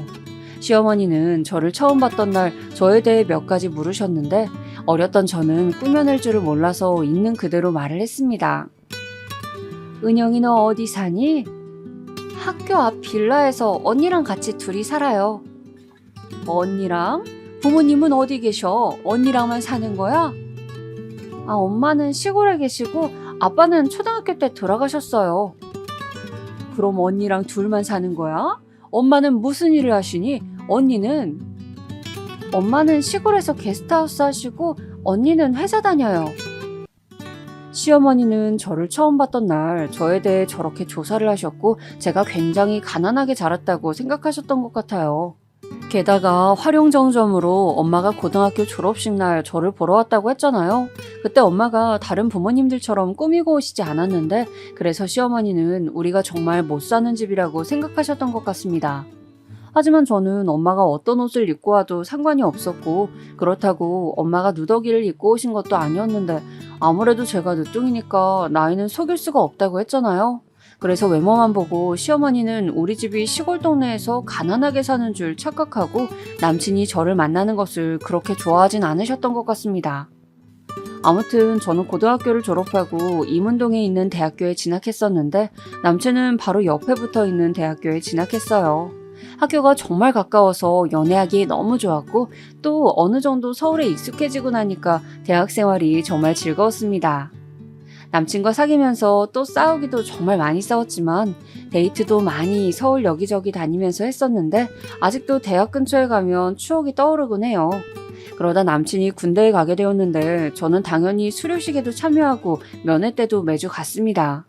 저는 정말 한 주도 빠짐없이 주말마다 남친을 보러 면회에 갔는데 그러다 보니 시부모님과 남친 언니, 시누이와도 자주 보게 되었어요. 제가 면회 갈 때마다 도시락을 싸서 다녔는데 남친이 제 요리를 정말 좋아했었습니다. 요리의 비법은 저는 어릴 때부터 엄마와 같이 부엌에서 요리를 많이 했었기 때문에 웬만한 요리는 할 수 있었어요. 시골집 마당에 작게 밭이 있었는데 거기에 싱싱한 채소를 많이 키웠기 때문에 때마다 재료를 바꿔가며 엄마와 같이 요리를 했던 기억이 생생했거든요. 또 우리 엄마가 음식 솜씨가 정말 좋으셔서 시골에서 어른들이 엄마에게 게스트하우스를 할 게 아니고 식당을 크게 열면 분명 성공할 것이라고 말해주실 정도로 요리를 잘하셨어요. 그 요리를 어릴 때부터 먹고 자랐고 또 같이 만들었기 때문에 저도 요리에 대해서는 어느 정도 자신이 있었답니다. 그리고 엄마가 언니와 저보고 먹으라고 밭에서 채소나 과일이 자라면 택배로 보내주셨기 때문에 정말 싱싱한 재료로 도시락을 만들 수 있었어요. 아무래도 서울이 문화생활도 그렇고 교육도 그렇고 다 좋지만 아무래도 재료는 시골 공기 좋은 곳에서 자라는 것만큼은 아니더라고요. 그래서 엄마가 보내주신 음식 재료로 정성껏 열심히 도시락을 싸서 남친 면회에 가고는 했었는데 저는 정말 하나도 힘들지 않고 오히려 주말이 기다려지고는 했어요. 저한테 남친은 매우 큰 사람이었고 의지를 고등학교 때부터 많이 해서 저는 이미 남친과 결혼하고 싶은 마음이 컸답니다. 그리고 또 남친이 제 요리를 좋아해주고 잘 먹으니까 뿌듯한 마음도 들었고요. 그런데 가끔 제가 면회 가면 시어머니와 시누이가 같이 가곤 했었는데 제가 요리해서 도시락을 싸갈 거니까 싸우지 말라고 해도 늘 시어머니는 도시락을 싸우셨어요. 그것도 양을 어마어마하게 해서 싸우셨는데 제 도시락까지 합쳐지니까 양이 정말 많았어요. 그걸 다 먹는 것은 무리였고 또 남친은 제 도시락을 더 좋아해서 제 것을 잘 먹으니까 시어머니는 그게 속상하셨나 봐요. 표정에서 기분 나쁘신 게 티가 나니까 저는 시어머니가 오는 날에는 도시락을 안 싸서 가려고 했는데 시어머니는 언제 오는지 알려주지 않으셨고 제가 물어보면 오히려 화를 내셨어요. 내 아들 면회도 내 맘대로 못 가니? 벌써 그렇게 눈치 주는 거야? 은영이 너 정말 너무한다. 저는 단순히 그냥 언제 면회 가실 거냐고 물어본 거였는데 저런 반응이 나오니까 적잖이 당황했습니다. 오해라고 설명하고 넘어갔지만 시어머니는 그 이후부터 제가 무슨 말만 하면 꼬투리를 잡으셨어요. 저도 아무리 어렸던 나이지만 사람인데 당연히 시어머니가 저를 싫어하는 것은 느꼈습니다. 하지만 그렇다고 남친과 헤어질 수는 없었던 것이 남친이 저에게 너무나도 큰 사람이었기 때문이에요. 제가 가장 힘들 때 옆에서 있어줬던 사람이 남친이었고 또 성격도 서로 너무 잘 맞았고 둘 다 내향적이라 친구가 몇 없었는데 둘이 서로에게 제일 친한 친구였습니다. 둘만 보면 너무 좋았기 때문에 절대 헤어질 수는 없었어요. 그리고 남친이 군대에서 전역할 때쯤에는 언니는 새로운 남자친구와 결혼하게 되었습니다. 저는 고등학교 입학할 때부터 언니와 함께 살았는데 이제 언니가 결혼하니까 따로 살게 되었죠. 형부가 될 사람은 같은 회사에 다니는 언니의 동료였는데 저도 결혼 전에 봤더니 사람이 정말 다정하고 괜찮으신 분이었어요. 저에게도 매우 잘해주었고 저는 언니의 결혼을 매우 축하했습니다. 하지만 언니 결혼을 축하하는 것과는 달리 당장 제가 살 곳을 구해야 했어요. 언니가 살던 집은 팔아서 결혼할 때 들고 가야 했기 때문이에요. 그때까지 저를 키워준 것만으로도 언니는 충분히 저한테 많은 것을 제공해 주었기 때문에 저는 서운한 마음이 들지는 않았습니다. 그렇게 언니가 결혼하면서 저는 혼자 살 집을 알아봤는데 아무래도 제가 학생이니까 학교 주변으로 알아보기 시작했어요. 그러다 학교 주변에 원룸을 얻게 되었고 저는 혼자 살기 시작했습니다. 처음으로 혼자 살게 되었는데 처음엔 낯설었지만 금방 적응했고 살다 보니 독립된 생활이 마음에 들었어요. 남자친구도 전역하고 둘이 학교가 붙어 있어서 학교 끝나고 우리 집에서 같이 저녁도 만들어 먹고 굉장히 즐겁게 지냈습니다. 아무래도 대학생이라 둘 다 돈이 많지 않았는데 둘이 아끼고 아껴서 집에서 같이 요리를 해 먹고 과제도 하고 고등학교 때처럼 정말 계속 붙어 다녔어요. 자연스럽게 남자친구는 우리 학교에, 저는 남자친구 학교에도 많이 갔고 서로 동기들과도 친하게 지낼 정도였습니다. 또 방학 때는 제가 엄마를 보러 시골에 내려갔는데 남자친구도 그런 저를 따라서 같이 시골에 내려가기도 했습니다. 그러면서 제가 어릴 때 다녔던 초등학교에도 가고 시내가에 가서 놀기도 했어요. 엄마는 남자친구를 정말 마음에 들어 하셨는데 워낙 남자친구가 싹싹하고 엄마한테 잘했기 때문이에요.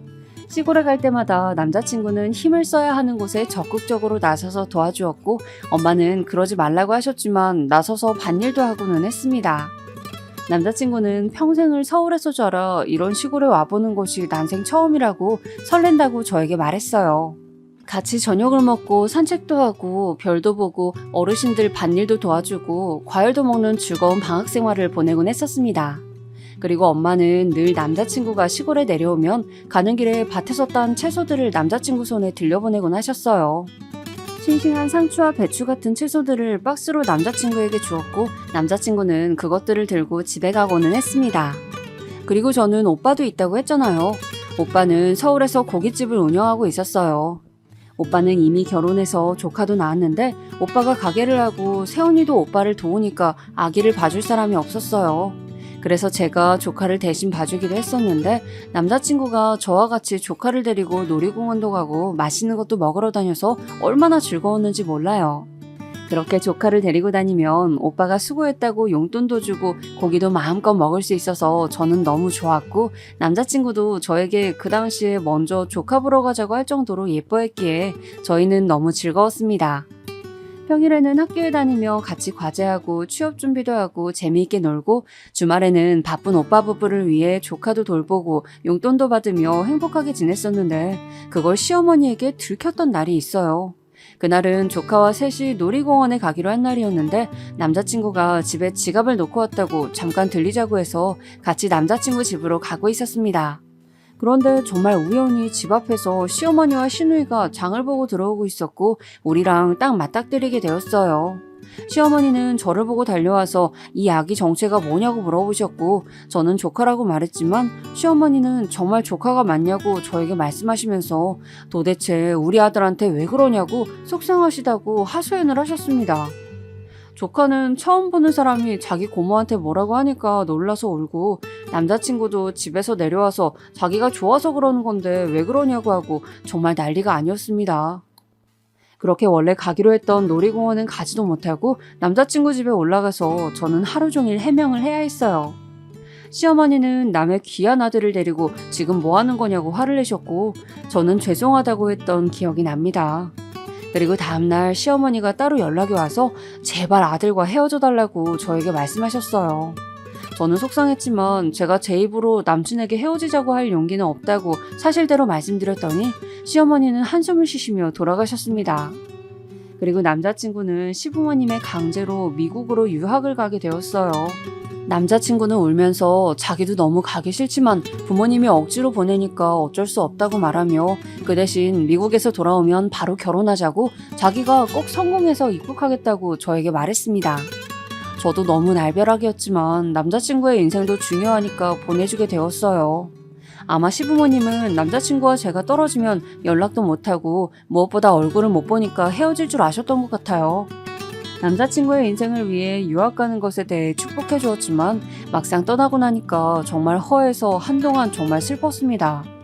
처음 서울에 와서 적응하기 힘들었을 때 남친이 옆에서 정말 많이 도와주었고 대학 와서도 바로 옆 학교라 둘이 꼭 붙어 다녀서 교수님들까지 서로 인연이라는 것을 아실 정도였는데 갑자기 난데없이 남자친구가 옆에서 사라지고 나니까 정말 허하고 외로운 감정이 들었어요. 물론 남자친구가 미국에 갔다고 우리는 헤어지거나 하진 않았습니다. 하지만 얼굴을 못 보고 연락도 제대로 하지 못하니까 오히려 더 보고 싶고 애틋해지더라고요. 남자친구는 미국으로 가기 전에 저에게 혹시 더 좋은 남자가 있다면 자기 생각은 하지 말고 꼭 그 남자를 만나라고 말하면서 군대까지 기다려줬는데 유학까지 기다려달라고 부탁하기에는 본인이 너무 양심에 찔린다고 말했습니다.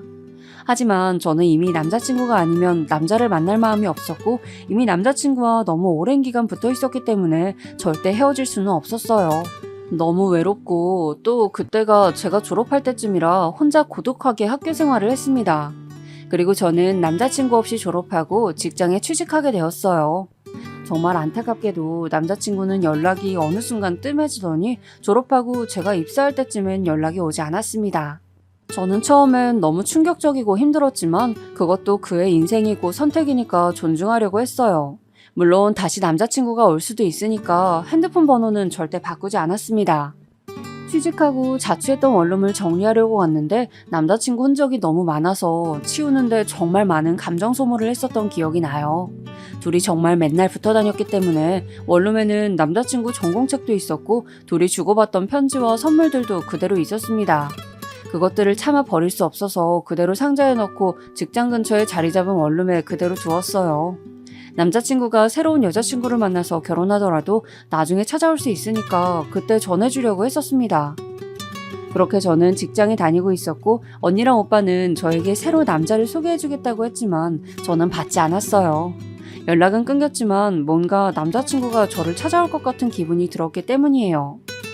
언니는 그때 조카를 낳았을 때였는데 저에게 연락이 없으면 새로 여자를 만났을 수도 있다면서 이제는 그만 다른 남자를 찾으라고 진지하게 말하기도 했었어요. 하지만 저는 정말로 남자친구가 저를 찾아올 것 같은 기분이 들어서 다른 사람은 만나지 못했고 또 만나려고 노력을 안 해본 것은 아니지만 남자친구가 오히려 더 생각이 나서 만날 수가 없었습니다. 그러다 제가 다니던 회사가 사정이 안 좋아서 구조조정을 하게 되었는데 신입이었던 저는 그대로 실직하게 되었어요. 저는 그때 심적으로 너무 힘들었고 남자친구는 여전히 연락이 오지 않았기 때문에 그대로 엄마가 계신 시골로 내려가게 되었습니다. 다시 취업하기까지 한 달 정도만 쉬려고 내려갔는데 제가 너무 힘들어하니까 엄마도 다른 남자를 만나라고 하셨어요. 저도 머리로는 그러고 싶었지만 도저히 다른 남자를 만날 수가 없었습니다. 만나려고 노력도 해봤지만 번번이 실패하게 되었어요. 오히려 만날수록 남자친구 생각이 더 커지게 되었죠. 그렇게 저는 시골에 내려가서 엄마와 같이 어릴 때처럼 요리도 하고 산책도 하고 밭도 가꾸면서 마음의 치유를 하고 지내고 있었는데 갑자기 오빠에게 연락이 왔습니다. 여보세요? 오빠 무슨 일이야? 은영아, 현철이 한국 왔어. 지금 우리 가게로 왔어. 나 정말 깜짝 놀랐어. 너 찾길래 전화한 거야. 저는 사람이 너무 놀라면 아무 말도 할 수 없다는 사실을 그때 알게 되었습니다. 제가 그렇게 원하던 남자친구의 연락이었는데 저는 순간 온몸에 소름이 돋고 아무 말도 할 수가 없었어요. 제가 말이 없자 오히려 오빠가 듣고 있는 거냐고 물었고 그 순간 남자친구가 제 이름을 불렀습니다. 은영아, 나야. 늦게 연락해서 너무 미안해. 정말 너무 미안해. 그동안 사정이 있었어. 저는 진짜 드라마에 나오는 주인공처럼 길거리에 주저앉아 울 수밖에 없었어요. 그리고 저도 전화로 지금 엄마를 보러 시골에 내려와 있다고 설명하니 남자친구는 본인이 바로 시골로 오겠다고 했고 정말 그날 밤 남자친구는 고속버스를 타고 시골에 왔습니다. 저는 그날 아침까지만 해도 남자친구와 다시 만날 거라고는 전혀 생각을 하지 못했는데 막차 버스를 타고 내리는 남자친구를 보고 석상처럼 굳어서 아무 말도 하지 못했습니다. 남자친구는 저에게 다가와서 저를 안았는데 저는 몇 년 만에 본 남자친구여서 정말 현실이 믿기지 않고 동시에 왜 그동안 연락이 없었던 건지 원망스럽더라고요. 그래서 우리 집으로 가는 길에 얘기를 들었는데 듣고 보니까 정말 놀라웠습니다. 시어머니가 남자친구가 미국에 가서도 저와 연락하는 것을 알고 남자친구에게 저에게 새로 남자가 생겼다고 말했다고 하더라고요. 그러면서 저와 연락하지 말라고 핸드폰도 바꾸게 하고 제가 이미 다른 남자 생겨서 결혼할 것 같으니까 하지 말라고 했다고 했습니다. 남자친구도 당연히 처음엔 그 말을 믿지 않았는데 시어머니는 나중에는 학비와 생활비 얘기를 하시며 저와 연락하면 지원을 끊겠다고 알아서 미국에서 살라고 하셨다는 겁니다. 남자친구는 제 얘기가 나오면 부모님과 자꾸 다툼이 일어나니까 차라리 자기가 빨리 성공해서 능력을 키우고 한국에 돌아간다고 생각했습니다. 그러면서 저에게 연락하고 싶었지만 생각해보니 그것도 저에게 못할 짓이라고 생각이 들었다고 하더라고요. 차라리 자기를 잊고 행복하게 살고 있다는 게 오히려 저한테 더 나은 것이라 생각이 들었다고 했습니다. 그래서 무사히 학교를 졸업하고 한국에 왔는데 그래도 인사는 하고 싶어서 제 자취방으로 갔는데 저는 이미 졸업하고 이사 갔기 때문에 그 원룸에는 제가 거기 없었죠. 마지막으로 인사를 하고 싶어서 오빠가 하고 있던 가게에 갔더니 오빠가 반갑게 맞아줘서 고마웠다고 하더라고요. 남자친구가 조심스럽게 저에 대해서 얘기를 물어보려고 했는데 오빠가 먼저 나서서 은영이가 널 얼마나 그리워했는지 아냐고 했다고 하더라고요. 남자친구가 묻기도 전에 오빠가 제가 그동안 남자를 안 만나고 있었다, 연락을 기다리고 있다 등등 얘기를 했고 남자친구는 그 소리를 듣고 속으로 정말 다행이라고 생각이 든과 동시에 미안한 마음이 들었다고 했습니다. 그렇게 울고 웃으며 집까지 걸어가는 동안 많은 얘기를 했고 몇 년 만에 본 남자친구는 정말 원래도 멋있었지만 훨씬 더 듬직한 모습으로 제 앞에 나타났습니다. 그리고 엄마에게 가서 둘이 인사하는데 엄마도 너무 반가워하셨고 남자친구는 엄마에게 연락 못해서 죄송하다고 사과하고 엄마는 괜찮다고 뭐가 미안하냐고 하시고 정말 행복한 밤을 보냈습니다. 셋이 많은 얘기를 하느라 잠도 제대로 자지 못했어요. 그리고 남은 얘기는 남자친구와 진지하게 다음날 얘기를 하는데 저는 제가 취직을 했었지만 회사 사정이 안 좋아서 지금 새로 일을 구하고 있다고 사실대로 얘기했고 남자친구는 진심으로 저를 위로해 주었어요. 그러면서 본인이 미국에서 열심히 공부했기 때문에 미래는 걱정하지 말라고 이제 정말 결혼하자고 하더라고요. 저는 정말 너무 행복했고 남자친구와 드디어 결혼할 수 있는 건가 생각이 들었지만 동시에 시댁에 대한 걱정과 우려도 생겼습니다. 왜냐하면 남자친구가 강제로 미국에 간 이유도 시부모님이 제가 시골 출신이고 또 아버지도 안 계시니까 저와 만나지 말라고 보낸 거였는데 과연 미국까지 가서 유학하고 돌아온 남자친구와 저를 결혼 허락을 과연 해줄지 걱정이 되었습니다. 결혼은 현실이고 또 그렇게 반대를 많이 하셨으니 자신도 없었어요. 제가 사실대로 남자친구에게 터놓자 남자친구는 자기도 그게 정말 걱정이었지만 그래도 자기가 잘 말해보겠다고 자기를 믿으라고 말하고 홀로 서울로 가게 되었습니다. 그렇게 남자친구는 서울로 가고 저는 시골에 계속 남아있었는데 갑자기 오빠에게 전화가 와서 받았더니 정말 황당한 얘기를 듣게 되었어요. 바로 시어머니가 오빠 가게까지 찾아가서 제발 자기 아들을 놔달라고 했다는 거예요. 사실 제가 그동안 시어머니가 저를 마음에 들어하지 않는다고 가족들에게 터놓고 있지 않았었는데 오빠는 시어머니가 가게에 찾아오니까 너무 당황스럽다고 저에게 말했습니다. 저는 피하지 않고 남자친구와 같이 시부모님께 말해야겠다고 생각해서 서울로 가서 시부모님을 배웠는데 정말 시부모님은 예전보다 훨씬 강경하게 반대하셨습니다. 정말 쉽지 않았어요. 어머니, 저 정말 은영이와 결혼하고 싶어요. 고등학교 때부터 제가 말씀드렸잖아요. 안 된다. 절대 안 돼. 너 정도면 훨씬 좋은 여자 만날 수 있어. 우리가 지금 안 그래도 알아보고 있으니까 가만히 있어. 조건 좋은 여자 널리고 널렸는데 도대체 왜 이러니? 아버지, 은영이처럼 착하고 예쁘고 성실한 사람 없어요. 아가씨도 생각이 있으면 아가씨가 내 아들 놔줘요. 부탁이에요. 저는 정말 남자친구만 생각하면 당연히 결혼하고 싶었지만 저렇게 반대하는 집안과 결혼을 해야 할까 생각도 들었습니다. 언니에게 이 얘기를 했더니 언니는 왜 제가 그런 집안에 시집을 가야 하냐고 속상하다고 울기도 했어요. 만약 엄마가 하시면 얼마나 속상하겠냐고 저에게 남자친구와 헤어지고 새로운 좋은 집안의 남자를 만나라고 했습니다. 저는 남자친구에게 이렇게 반대가 심하고 결혼 허락을 몇 년에 걸쳐서 받고 있는데 이게 너무 지친다고 말했고 헤어지자고 결국 말하게 되었습니다. 저도 사람이니까 저를 반기지 않는 사람과 계속 마주하는 게 심적으로 정말 많이 힘들었기 때문이에요. 자존감도 내려가고 이렇게까지 결혼해야 하나 생각도 들었습니다. 그래서 저는 남자친구와 헤어지고 다른 남자를 만날 생각이 없이 시골로 내려가서 엄마와 평생 같이 살 계획이었습니다. 남자친구에게 미국에서 정말 고생 많았고 앞으로 행복하게 새로운 여자 만나서 잘 살라고 말하며 헤어지자고 했죠. 남자친구는 절대 헤어질 수 없다며 붙잡았지만 저는 더 버틸 수가 없었어요. 일방적으로 이제 제가 연락을 끊었고 저는 시골로 내려가게 되었습니다. 남자친구가 저를 찾아 시골에 오기도 했지만 저는 남자친구가 집으로 찾아오면 자리를 피했고 절대 마주하지 않았어요. 너무 힘들어서 혼자 얼마나 울었는지 몰라요. 그런데 그렇게 힘든 시기를 보내고 있는데 어느 날 몸이 너무 안 좋아서 동네 의원에 갔더니 의사가 저에게 임신한 것 같다고 하더라고요. 저는 너무 놀라서 바로 시내로 가서 검사를 해봤더니 정말 임신했다는 소식을 듣게 되었고 고민에 빠지게 되었습니다. 이것을 남자친구에게 말을 해야 할지 말아야 할지 몰래 지워야 하는지 걱정이 되어서 잠도 제대로 자지 못했어요.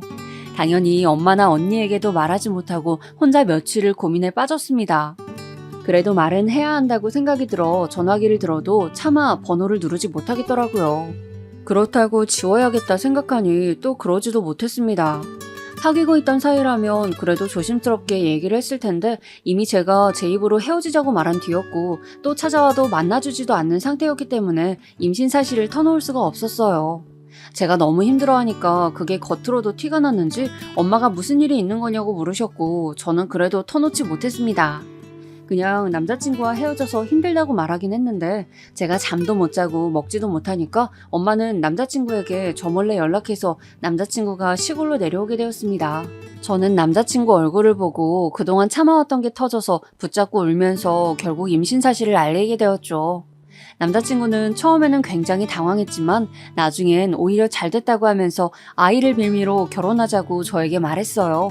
저는 그게 말이 되는 소리냐고 물었고 남자친구는 진심으로 기뻐하면서 이제 본인 부모도 반대하지 못할 거라고 했어요.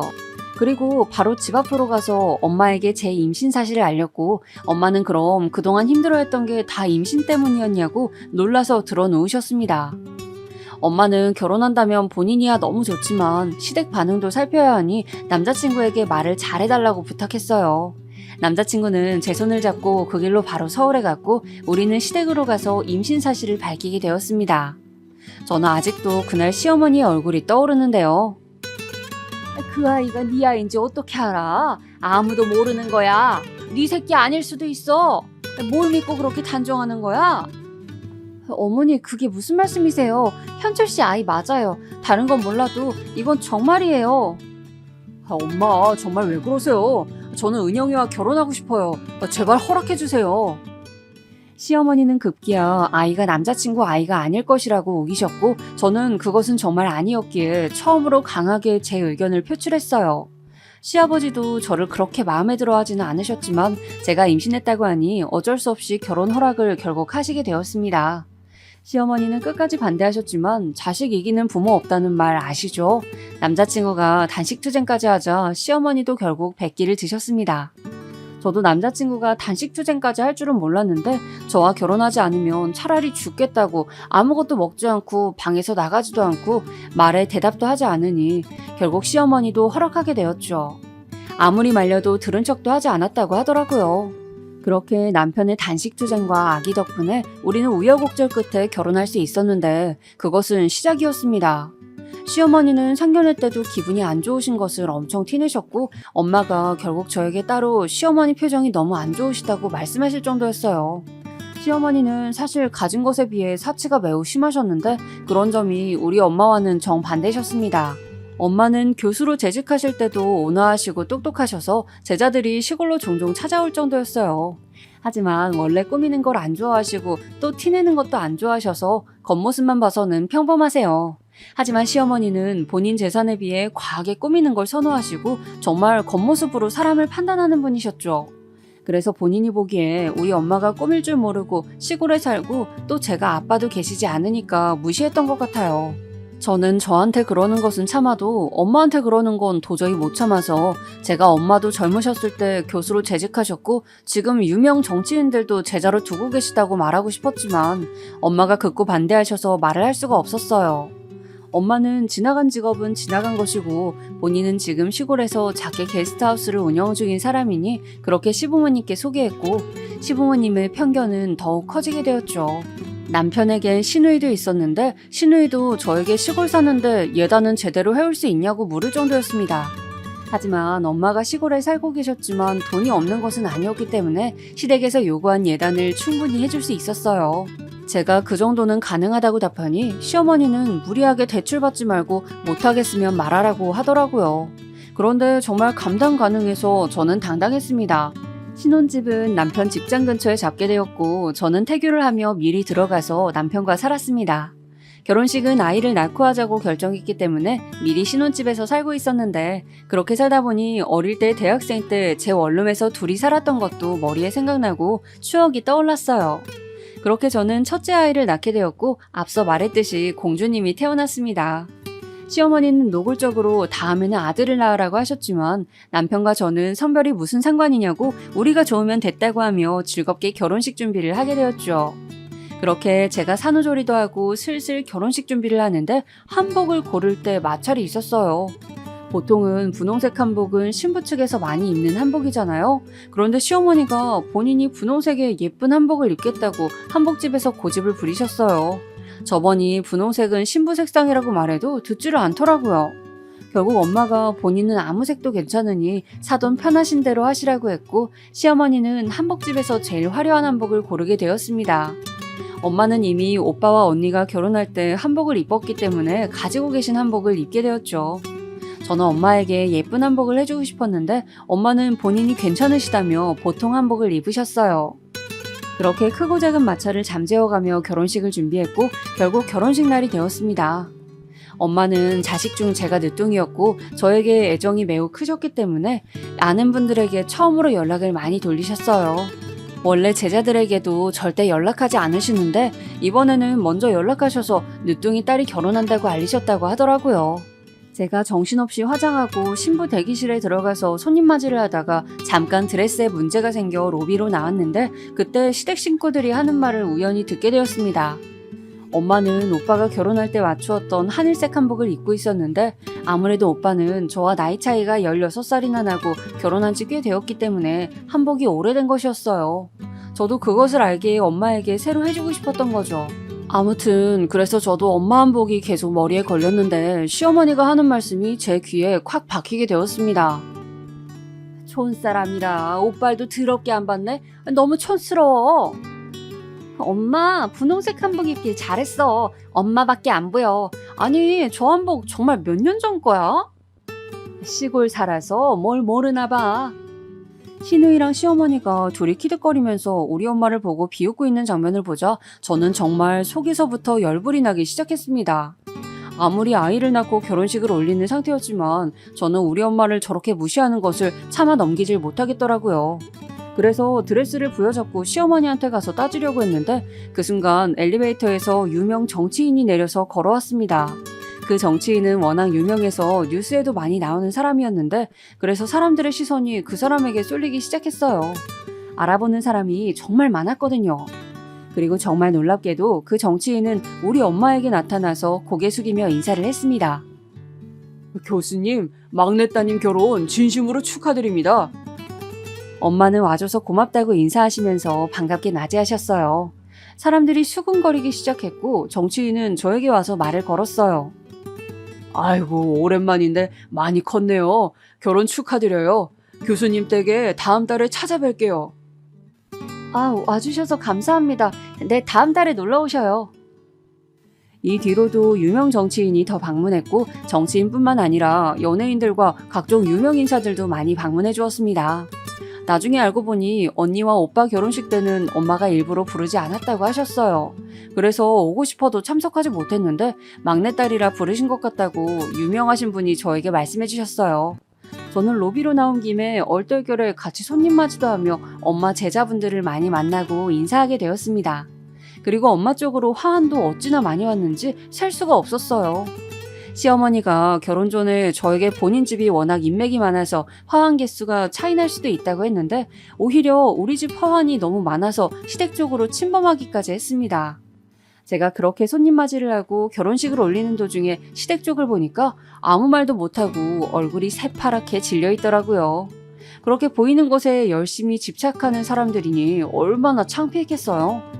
그렇게 결혼식은 순조롭게 마무리가 되었고 시댁에 찾아갔더니 저는 정말 딴 사람인 줄 알았습니다. 아이고 우리 며느리 오셨나? 정말 고생 많았어. 이리 앉아서 이것 좀 먹어. 올케가 좋아한대서 이거 우리가 만들어놨어. 저는 정말 시어머니한테 저런 목소리가 있는 줄 처음 알았습니다. 결혼식 이후로 시어머니는 노골적으로 저에게 잘해주셨어요. 본인 아들을 저와 결혼시킬 수 없다며 미국까지 보냈던 사람이 맞는 걸까 의심이 들 정도로 저에게 우리 며느리 새아가 하면서 잘해주셨죠. 그러면서 사돈이 교수님이셨으면 미리 말하지 그랬냐? 그러면 서로 오해 없이 순조롭게 진행되지 않았겠냐고 하셨어요. 저는 그 말을 듣고 어이가 없었지만 겉으로 티내진 않았습니다. 엄마가 어릴 때부터 벼는 익을수록 고개를 숙이라는 말을 저에게 하시기도 했고 무엇보다 큰 소리를 내는 것을 별로 좋아하지 않는 분이셨거든요. 그리고 결과만 본다면 덕분에 시부모님은 저에게 결혼식 이후로 꼼짝 못하셔서 오히려 방해 없이 남편과 잘 살고 있답니다. 남편도 시부모님이 저에게 다른 소리를 하지 못하게 입단속을 철저히 해주고 있고요. 남편은 미국 학위를 이용해서 국내에서 알아주는 회사에 취직했고 저는 결혼식 이후에 둘째 아이를 가졌어요. 첫째도 공주였지만 둘째도 공주님이어서 현재는 자매를 키우고 있습니다. 어릴 때 엄마와 길에 있는 꽃을 보는 것을 좋아했던 기억을 살려서 남편의 도움을 받아 꽃집 겸 카페를 열게 되었고 현재는 아주 만족스러운 인생을 살고 있답니다. 공주들과 시골에 내려가면 공기 좋은 친정집에서 어릴 때 기억을 살려서 남편과 여유롭게 보내기도 하는데 얼마나 즐거운지 모르겠어요. 종종 엄마 제자분들이 찾아오시면 기분 좋은 대화를 나누기도 하고요. 또 여름에 언니와 오빠들이 조카를 데리고 내려오면 다 같이 우리가 어릴 때 그랬던 것처럼 즐겁게 개울가에 가서 놀기도 하고 과일도 먹으면서 행복하게 지내고 있답니다. 사실 언니는 시댁에서 저를 반대했던 것 때문에 남편을 약간 미워하기도 했었는데 남편이 저에게 워낙 잘하고 또 시댁이 우리 집이 교수 집안이라는 것을 알고 나서 정말 조용해져서 이제는 남편을 오히려 마음에 들어 하더라고요. 돌이켜보면 정말 결혼식 전까지는 마음고생도 많이 하고 속상했던 날들이 많았는데 비온 뒤 맑음이라고 하죠? 정말 결혼식 이후에는 이래도 되나 싶을 정도로 좋은 일들만 일어나더라고요. 그래서 저는 앞으로도 저에게 힘든 시기가 있다면 나중에 꼭 더 좋은 일이 생길 것이라고 스스로 생각하면서 살고 있답니다. 시댁은 저를 그렇게 반대하셨지만 엄마가 교수님이셨던 것과 그것도 제자들이 각자 한 자리씩 하고 있다는 것을 알고 나서 저에게 극진히 대해주기 시작했어요. 정말 나를 그렇게 반대하던 사람들이 맞는지 의심스럽지만 남편이 아주 든든하게 제 편이라 걱정 없이 지내고 있습니다. 제 사연은 여기까지입니다. 제 얘기를 들어주셔서 정말 감사합니다. 오늘 제 사연을 듣는 분 중에 인생에서 힘든 시기를 보내시는 분들도 많으실 텐데 제 사연을 생각하시면서 안 좋은 일이 있어도 나중에 더 좋은 일이 생기려고 이러나 보다 생각하시길 바라요. 행복한 연초 보내시고 좋은 일만 가득하시길 진심으로 바라겠습니다. 감사합니다.